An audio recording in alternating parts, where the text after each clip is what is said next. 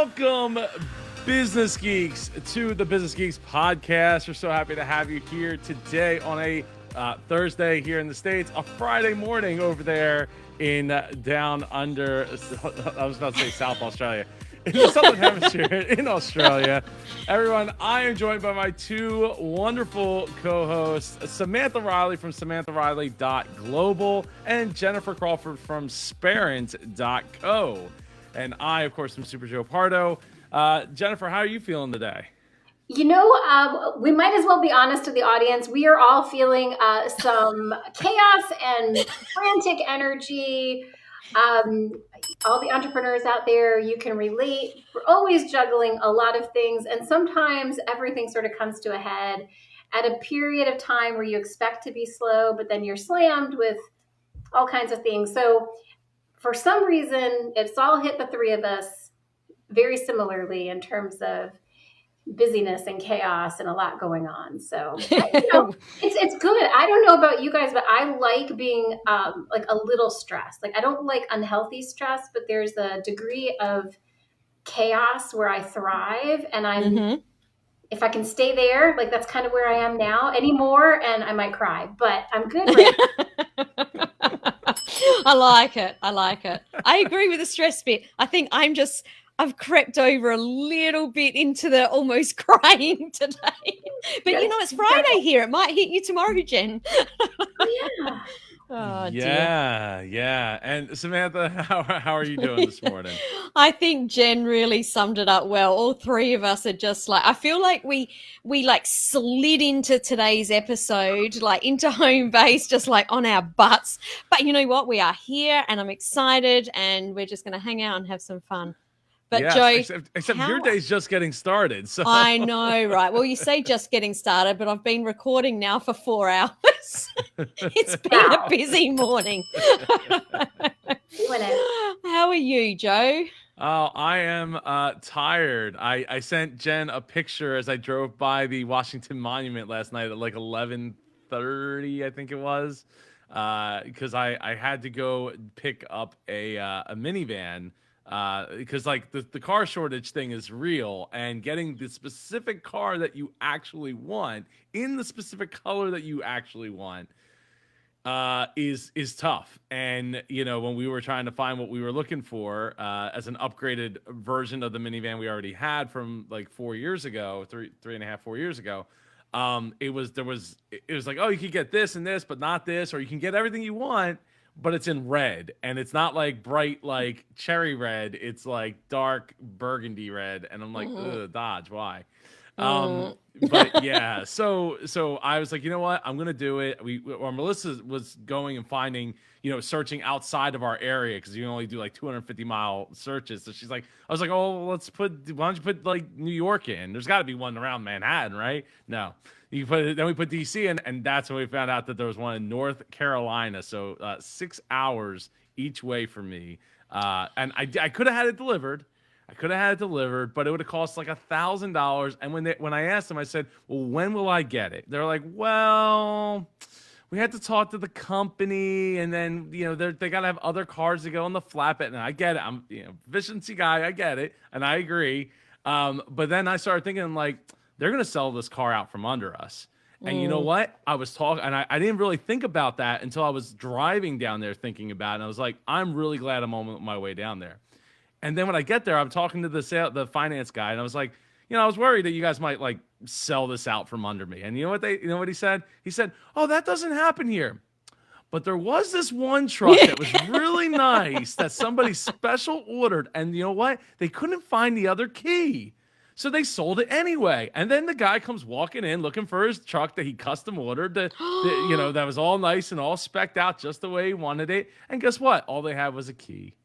Oh, because somebody was like, oh, I can't find the other key. It's okay. We'll just get it to you when we get it. It's no big deal. And sent the guy on his way. So then he had to wait. I said, well, was he local? And they said, yeah, he was. And I was like, well, I would have been really ticked off if I had drove 6 hours to find out that there was not an actual vehicle here when the night before I was FaceTiming with the sales lady. Very nice sales lady, Stacy. If you go to Westgate in Raleigh, North Carolina, deal with Stacy. She's awesome. Do you know what I was thinking as you were telling this story, Joe? I just have to say, because Jen possibly is having the same thought. I know. Lucky I know it didn't happen to you, because otherwise, man, that customer service hotline would have just been like, hey, you got to get something done, right? You got to get something done. You got to call the right people to make it happen, right? Just like if you got a question, you need to drop it down below or on the side or wherever the chat window bubble thing is, and we will do our best to answer it here today. That's one of the reasons we're here today as the Business Geek. So yeah, it would have been terrible, but it wasn't. And I'll tell you, the first 6 hours driving down was not very comfortable. The second 6 hours driving back, much more comfortable, because we went from like cloth seats, which we wanted for kids, to leather seats that were much more accommodating on the lower back and the back in general. Nice. For driving 6 hours. So Well, congratulations. it sounds like a win. Yeah. yes, absolutely.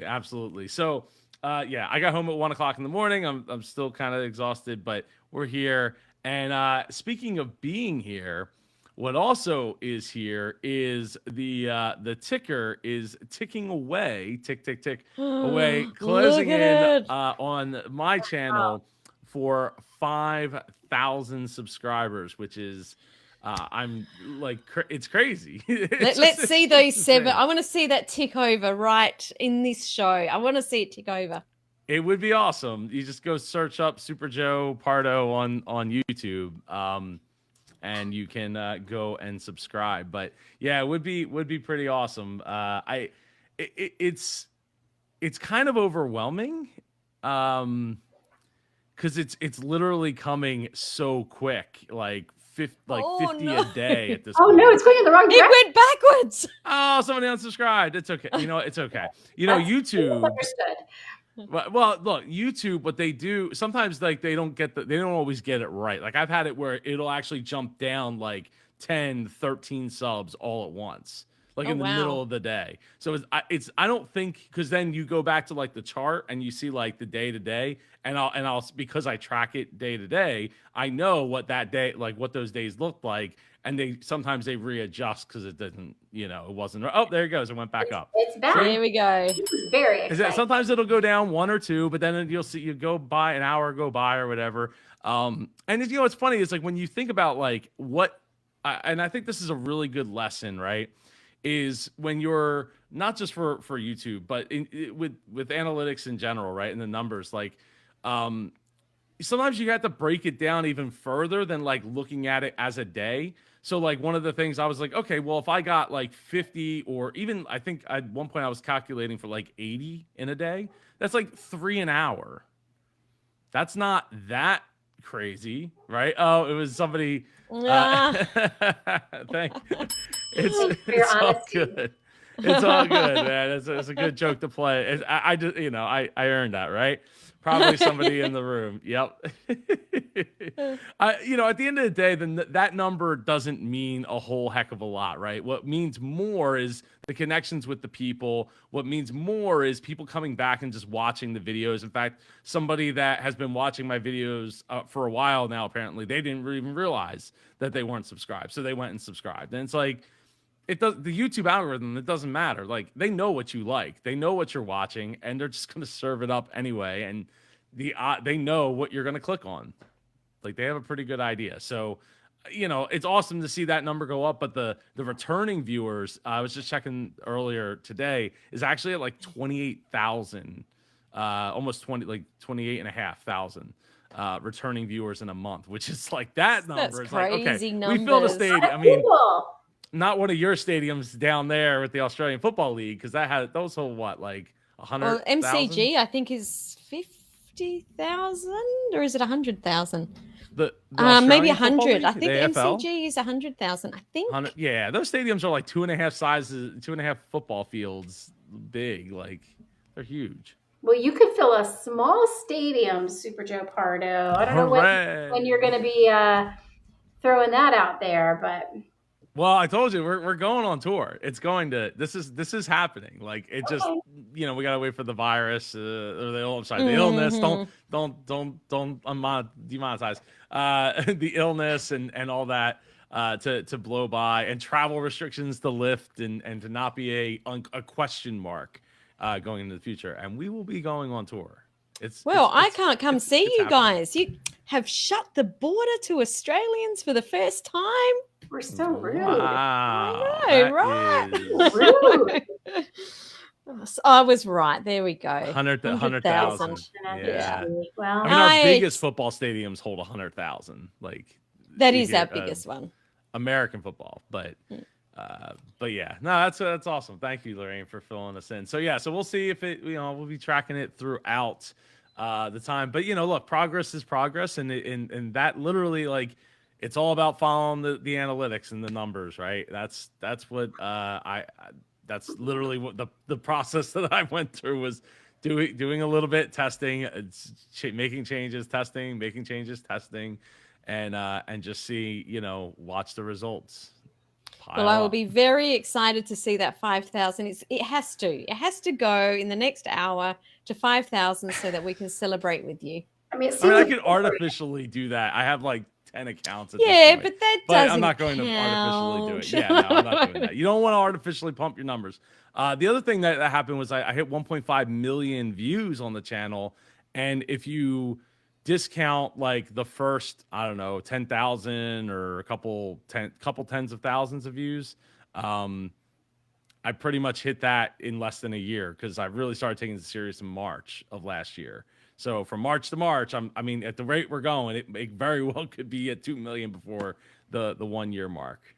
That's pretty Which is awesome. Insane. Well done, insane Super Joe. numbers. Well, thank you. So anyway, the other topics that we had today, other than, if you have any questions, please feel free. I forgot to pull this back up. Drop them in the chat. Is what was it? You want to go with the 7 types of rest that every person needs? Sam, you dropped this in here. No, it was That in was there me. from, yeah. Oh, okay. That was me. And I don't know, hopefully everyone can appreciate that this does very much connect to business.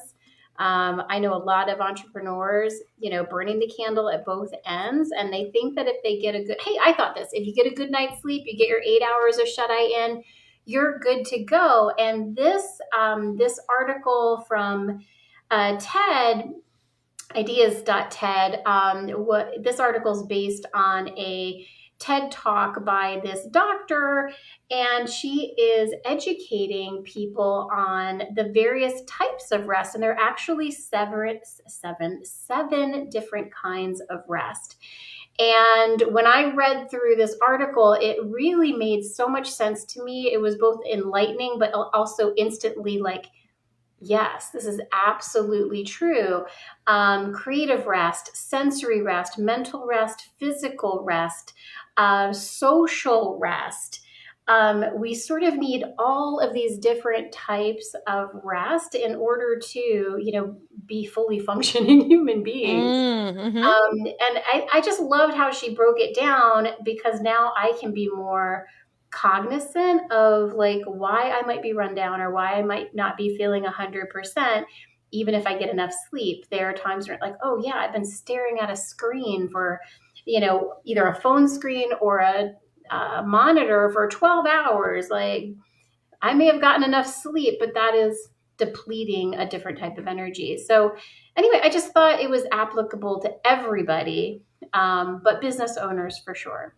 I love this so much, and it was really interesting for me to see that creative rest, because just last year, one of the coaches that I work with, and I work with her for health and wellness, one of the sessions that we did was actually drawing mandalas. Now, I don't know if you guys have ever done this before, but it's a picture that you can use. I used pencils, and it's in like in a circle, and you just kind of draw in it without really thinking. We did an hour session, and I kid you not, it was all about every time you get into your logical head, just like let go of the thoughts and like just draw, and whatever comes out is right. I felt so amazing after it. I remember I went and wrote a whole heap of like articles that afternoon because my brain had totally switched off for an hour. It was incredible. I'd never done it before and I would never have thought of doing that. So I'm all for the creative rest. I was So good. super surprised. Yeah, super, super good.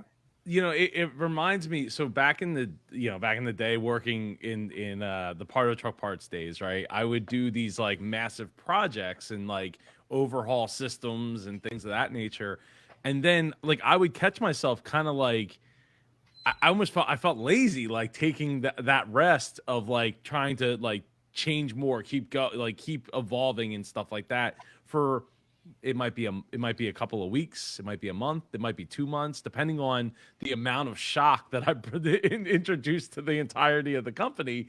It might be 3 months or more before I would like, okay, what's the next iteration? And part of that is letting the data work itself out, right? Like looking at early data is not, or data is not necessarily indicative of like what's actually happening.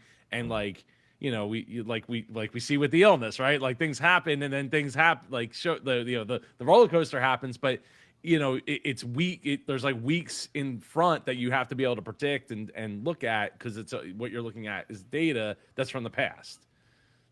So it doesn't always match up with like, oh, we had today's, not like we made a change, we already have today's numbers, it's a success, mission accomplished, or it's not. And especially when you're talking about things that have ebbs and flows and lag times when moving inventories and things like that, like it's one of those things. But I felt that where like I felt like, man, I feel like I'm getting my work done, but I'm not getting the next big project. Like, what's the next thing? And that, I guess, that I was taking that rest that was so needed before taking on the next emotional roller coaster of being told, this won't work or whatever. Yeah, no, that's awesome. Thank you for sharing that, Yeah, I think Jen. it's a really awesome article, Jen, and I think we should definitely share the link because this is more important than I think a lot of us realize. Yeah. Yeah, so many of us are burnt out, overworked. I mean, this is also something that's showing up in the general workforce with the Great Resignation. Like, people are tired and exhausted in so Mm-hmm. many different ways. So, you have to take care of yourself.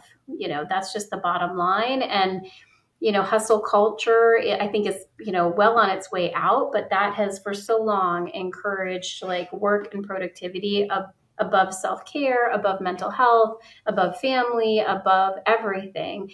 And, we were sold a bill of goods that wasn't great. So, I love articles like this that just are educating people and bringing to the forefront the need for putting other things ahead of work and, sacrificing our overall well-being for work.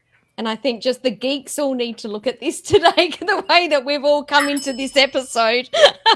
Here today, I need to reread this article. Yes, if for no one else, for the three of us. Yeah. So You've got to laugh. that actually pitches me right into, so one of the things I got to do while I was driving for 12 hours yesterday was I got to more or less listen to the documentary that Sam had recommended a few weeks back here on the show, Own the Room. Was it this? Mhm. Was it before? It was this year, right? Yeah. Yeah, it was. Yeah. Yeah, so I got to mostly, I mean, it was playing, so I was mostly listening to it, and it was very it was interesting. Now I get why it was part of National Geographic's lineup, because it really kind of almost is about the culture of the people and where they're coming from in the world, Hmm. and in their relationship with work and the relationship with entrepreneurship and the relationship with Locutus being in the chat. Welcome, evening, No. and all that. So I mean, to me, I don't want to spoil it, but no, I won't spoil it. I won't spoil Don't it. spoil it. But it was pretty obvious to me, at least, out of the gate, like what was going to transpire. So but Okay. yeah. So but you it was didn't still like good. it Great because journey. of that? No, look, you're Definitely saying to do spoil not it. spoil it. No, Just I'm not going to focus, spoil Joe. it. I'm not going to spoil it. I'm not going to spoil it. But no, no. I thought it was a wonderful story. I think all of them, for the most part, had really good, interesting stories. It was a little hard because some of them spoke Spanish, and like obviously I'm driving, so I can't really like I knew some of the words, but when they would speak English, they kind of filled in some of the gaps of the conversation. But I don't know. I guess I was expecting something that was more focused in the business side of it, even though it's National Geographic, and they were focused more on the culture of the people from which they came, and the families, and the stories, and and all that. So it just wasn't. I loved it. Absolutely loved it. No spoilers are boring. No. But it'll make it boring to watch. It'll make it more boring, less interesting to watch, because there's no stakes at that point, right? And that was the whole thing. But it did make me wonder: were they, when they filmed it, like, did they? I wonder if they followed some of these other students, and then they just didn't cut, like they cut them out, or they I just had exactly the same hand-selected? thought. They must have followed like a raft of people so that they could cut it down to those people, because otherwise they wouldn't have been able to put it together the way that they did. Yeah, I mean that's what I figured, that they probably, but then why, because not all of them, not all. I mean that's not really spoiling. Not all of them make it to the end, right? As part of the But that's real competition. life. Right, and that's real life too. So that makes me wonder, like, was that planned, and then they cut people's stories out? I mean, having 51, because it's 51 students that make it to the finals, which I didn't even know Macau was a thing. Like, I've heard the word before, but I never knew that it was like the Vegas of China. So that was kind of cool. I mean, it really, literally looks like looks like Vegas. Yeah. So it's like, it's funny because Vegas has all the knockoffs of other worldly cool things, world wonders or whatever, and then China's the knockoff of that. So, but no, it was cool. It's definitely worth watching. It's only an hour and a half or so, so it's not like super drawn out or anything, and it's a very interesting look I think into what the I world liked of about it is it's entrepreneurship. not just the numbers. Like, I know that you're very invested in Shark Tank. It's lots of numbers, it's lots of deals. I really loved it because this is the people behind it. It was their stories, it was their culture. And there is a whole, like, as business owners, we've got these crazy lives that happen behind us. And, for me, seeing, who was it? The person from Nepal who had Yeah. the party business, and just looking Yes. and going, wow, that would not fly like that in Australia, because we're a first world country. So and just seeing I honestly the didn't change understand that they're that business making. at all. Like, again, I was mostly driving, so I wasn't like watching intently at every scene. I Yeah. glanced over what certain things were happening, but like But see, the reason that you probably don't I didn't. understand it is because it's specific for that culture. So I know a lot of Nepalese people, and there Mm, are a lot of Nepalese in Australia that are separated from their family. So to see that part of the story, it gave me so much more connection to what they're actually going through. So mm. yeah, I thought it was beautiful. No, that is awesome, and I thought that part was really neat. Like, again, I when I travel, it's more about the people than it is about the sightseeing and the cool vistas or whatever. But I know I don't know. It just didn't.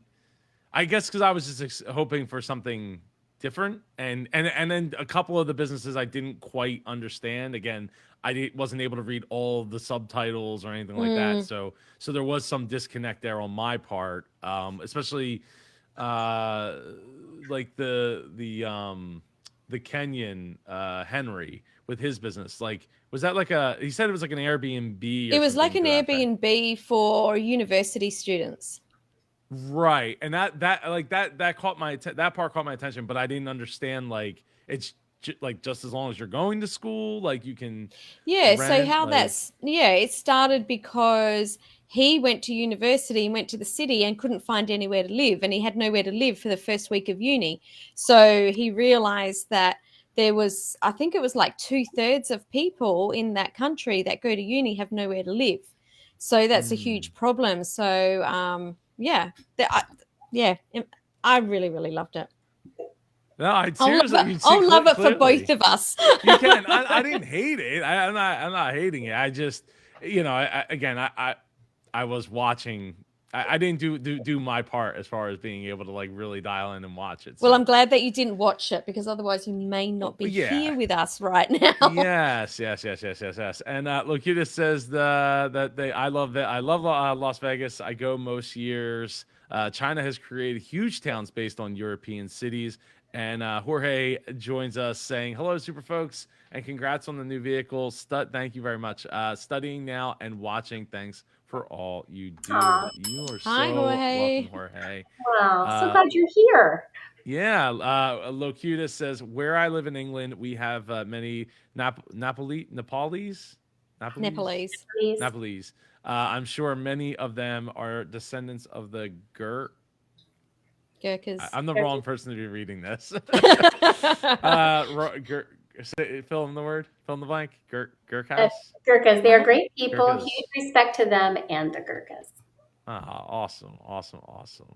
So so that was something I wanted to fill in with, and I mean we do have to cut today's episode a little short, and I want to apologize. I was supposed to do a live stream today with Eddie Garrison. We're gonna have to reschedule. He had an emergency, like literally like I don't know, 20 minutes before we were supposed to go on air. So, which is absolutely fine. I don't know what happened, so hopefully he's fine. But we will reschedule that on my channel at least. So there was a quick question, and we'll do the abbreviated version because I want to get both of your input on this, especially since we all use Facebook, but we are all of at least some kind of certain age, generation or so. This comment came through on I think it was like, so it was after, it was on one of my reaction videos. At the end of the reaction videos, I always go and check out their website. I check out the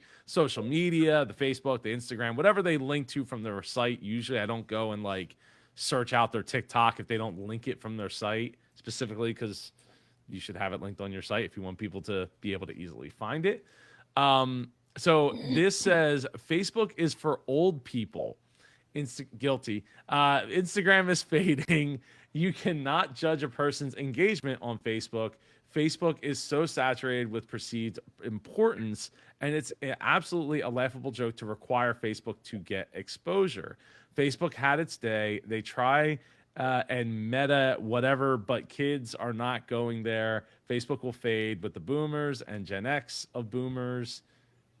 I'm Gen X and my business is successful, but I deleted Facebook and hardly, if ever, use social media anymore. It's ironic that YouTube is a social media platform, just of a different, the different, was it cow of a different color or horse of a different color? It's a toxic, worthless space, and it's easy to be someone you are not on social media. And I think the masses are starting to realize that they have wasted their time believing investing in Facebook ads, and all the garbage they push is absolutely the worst ROI and waste of time ever. Any thoughts? I mean, I'm probably not going to comment on the part you want me to comment on, but no, I don't. What are you? Well, the first sentence there's a lot there. There's a lot to unpack, but the first sentence I have a problem with. Like, Facebook is for old people. Like, wake up. Like, old people have money. Old people are not irrelevant. Old people have a say, have purchase power, have value to contribute to society. I am so sick of people saying, oh, when you reach a certain age, like, you don't count. Like, we don't care about what you buy. We don't care about how you live. We don't care about your demographic. It is so infuriating. I understand wanting to reach the next generation. That obviously for marketing purposes is important, but how dare you discount older people and act like they're disposable and irrelevant? We've seen it with the illness. people not caring because it only affects people in their 60s and over, as if it's okay that, all these people die just because they're, past the prime, which I argue with as well. So anyway, I don't want to rant too much, but I stopped at that sentence and just saw red, and I don't really care about the rest. You know what, Jen? I totally agree. I totally agree. I know we do agree. I mean, we agree a lot about. We agree a lot, but yeah, no, same thing. I'm like, what? Just because it's for old people means it doesn't matter? Exactly. I mean, I do agree. The younger generation aren't interacting on it like they used to. I know that for a fact. But so there's plenty of social media platforms, and like you said, Joe, our lovely commenter is commenting on a social media platform. Yeah, my 80-year-old relatives, my mother, you know what they do because they're retired? They're online and they're shopping all the time. They're buying crap every single day because they've got money and they've got time. So, they're learning about products on Facebook and, other places as well. So whatever, don't go on Facebook, delete it. But I don't think it's a good idea at this point. I agree. I think it's I think it's a bit short-sighted now. The meta thing, the whole metaverse thing, I'm not sold on it. To me, it's like the equivalent of a domain name, and like, oh, you need to buy your space, and it's like Facebook is like trying to basically become the next Comcast, right? Where it's like they're owning the gateway to the internet.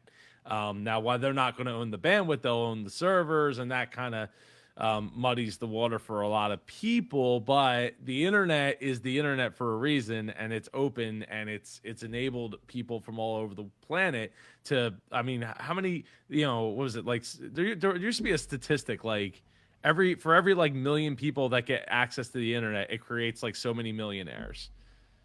Just as an effect, like just because people have access to information, because people have access to opportunities that weren't there before. And I forget, it's been a while since I've heard that statement, so I don't know if it's still as relevant. But I mean, I don't know that everybody's on the planet is on there anyway. I mean, Facebook. I mean, last I heard they had like 2 billion users, something like that. It's like 7.5 billion, almost 8 billion people on the planet. Mm-hmm. So and it's still one of the platforms where people show up as themselves as opposed to like an anonymous username. Supposed to. I feel like, what? What did you say? Supposed to. They're supposed to. But I mean, I still think for the most part, people are showing up as themselves as opposed to other platforms, TikTok, Instagram. You don't have to have like your real name. People, show up as any sort of iterations of not themselves. So, so I still think that works in their favor in a lot of ways in the marketing, arena. Look, oh, go ahead. Sorry, Joe. No, you're right. You're up. Well, I was going to say, it's the third most used website in the world, I think, up there with Google and YouTube. So sure, you've got some people leaving, but it still leaves a real lot of people there. It does, right? And I think there's probably some old adage or old saying that says like, ye who starts young ends old. Like those young people are going to become old at some point, and they're going to get, mortgages, maybe kids, well, maybe mortgages if they're lucky at this point. Exactly. Kids if they're lucky and want it, all these things, right? There's all these things that like adulting eventually takes over. And look, the amount of money that's about to transfer in the next 20 years from like the boomer to the Gen X and the Gen X to the millennial is huge. And I don't think that it's, I don't look, marketing isn't all about direct sales, right? Like I see an ad, I click on an ad, I buy the thing, right? I look at Facebook ads like all day long because intentionally reading them and studying them and just see and reading the comments of what people have to say about them. It's just something I do. So I don't think I don't think Facebook's gonna like fade away. I think they've done they've done a bad job of a lot of things. They're not perfect, and I don't love them. But I think that they've done enough to like be able to get by to that next level of like the next generation eventually saying, yeah, we're gonna have a Facebook too. It's kind of like LinkedIn, right? Like nobody's predicting LinkedIn's going to be gone tomorrow because how many young people have a LinkedIn profile, or I don't know the statistic on that, but I'm sure they're not there like Well, TikTok. not many, I wouldn't have thought.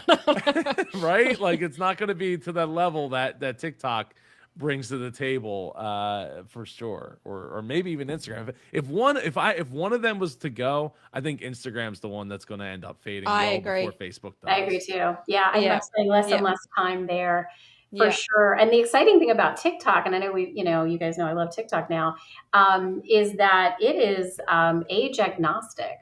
I mean, it's thought of as a younger platform, but you know what TikTok loves? People of all ages. Like you're 80 years old, you will get a following on that app. There are plenty of people that you would consider elderly that have huge followings on TikTok. It is a place where you can find your people, and people celebrate kind of quirky weirdness and people being their authentic selves. So it's a little bit, it's kind of breaking the mold in terms of like trying to define what generation is drawn to it. It's kind of cross-generational at this point. I agree. It's the first social media platform where I've seen people of any age getting a following. I can't believe how many people that are in their even 80s have got huge followings on TikTok. It's incredible. We were just talking about this in my mastermind yesterday about one of the videos that Maxwell Ivy, but I think both of you are familiar with that. Max, he's one of his songs was used by somebody, I don't know, so one of his friends or something like that used one of his songs in a TikTok video, and it got 1,000 views, and he was like blown away because he's like, well, I put that song on YouTube and it took a year and it got 200 views. And it's like, well, yeah, but like to me that would kind of almost be like equivalent, to 200 views, but in a shorter period of time, and it's still 2,000 eyeballs that are hitting even just a few seconds of that video, right? So, the expansiveness of what TikTok is capable of because it's trained people to go so much quicker.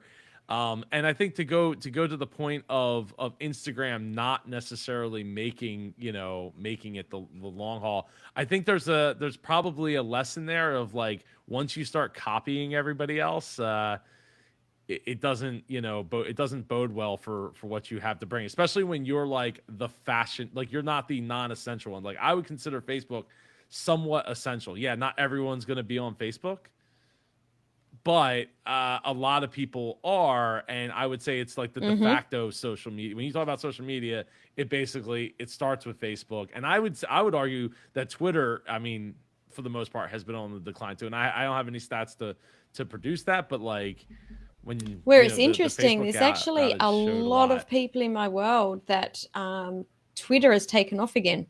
So really? So. You know what? There's thousands, millions, billions of people on these platforms, and we only need to know less than 1% of them.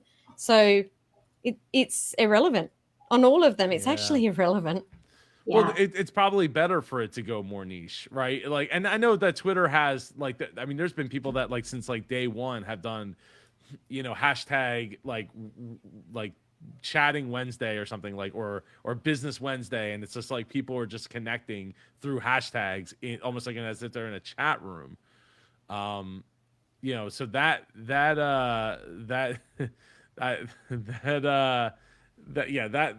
what I don't get when people think like, oh well, Facebook's going to die. I mean, look, Facebook wanted to, they could just buy up other companies, like, and they buy probably, I bet you they buy like 30 plus companies a year. You just don't hear about it. Yeah. Well, and Facebook has more of our assets, right, than a typical platform. Like, some of us have been documenting our lives through Facebook since like 2008, 2009. So you've got pictures, you've got history. It's basically a personal diary. And I personally would hate to lose that record completely, where, Twitter, Instagram, you don't have that much of a documentation. on the platform. So I feel like it's easier to walk away from those platforms than it is a platform like Facebook, which is much stickier. Yeah. Yeah, I agree. So, all right. Well, that pretty much wraps up our show here. We didn't cross the 5,000 mark, unfortunately, for subscribers. It's still, I don't remember what was it at. Was it? It was 4993. Yeah, So it's at there. 4994. So yeah, it's getting there. It's gonna inch itself over the finish line for sure. Marcel, I don't know. I don't know how to read any of that, so I apologize. all I know is ... ice cream. I can read, that I get. I can read emojis. Okay, wow, y'all should just say blank, whatever, or else I'm at beep, beep, beep, beep. Wow, we don't want you to leave, but if you must, we understand. And we're leaving. We respect. We can all leave together. Well, Marcel's saying for us not to leave. Let's go. You said it. I don't know. Oh, I guess he wanted you to say "let's go." Let's go. That's how you pronounce. Oh, wow. That's what that says. That I find that hard to believe. I don't know. Let's go. Okay. Well, we do unfortunately have to go. Sam has some special things going on today, and I actually have to go to a store that's like an hour away. So hooray for that! Oh wow, you're just going to be driving your whole life. The kids are excited though; they want to go on the minivan. Good for them. So yes, good for them. Well, if you've enjoyed this episode, it's been brought to you by our good friends over at yourpodcastconcierge.com. Go check out Leon. If you don't want to have to do any of your podcast editing and getting it published and doing all the hard, heavy lifting, other than just showing up to what you're best at, which is hosting a show, right? So if you want to do that, go over to yourpodcastconcierge.com, chat with Leon. He's great. And thank you everybody for watching. Appreciate you, Marcel, Locutus, who else? Jorge and Lorraine and FSY and Tim. Good to see you, Tim. I was texting Tim last night when I was driving by for the place that he lives. You were texting everyone last night. Yeah, I was like, hey, I'm driving by. It's actually funny. I mean, I know I have a lot of friends that live up and down the East Coast, but like when I was driving by, I'm like, man, I know somebody in this town and this town and this town and this town and this town and this town. And that's cool. Yeah, it was getting kind of late to text people, but I didn't want to. I texted you anyway, Jen. Sorry. I know. I was asleep. You should know that by now, but I kind of figured it, but it's okay. But so I figure that you should join us next Thursday at 4 p.m. Eastern Standard Time, Friday, 8 a.m. Australian Eastern Daylight Time, right? Got it? Got it. Here on the Business Geeks podcast. For Sam and Jen, I'm Super Joe Pardo. Have a great week, and we'll see you next week. Take care. Bye.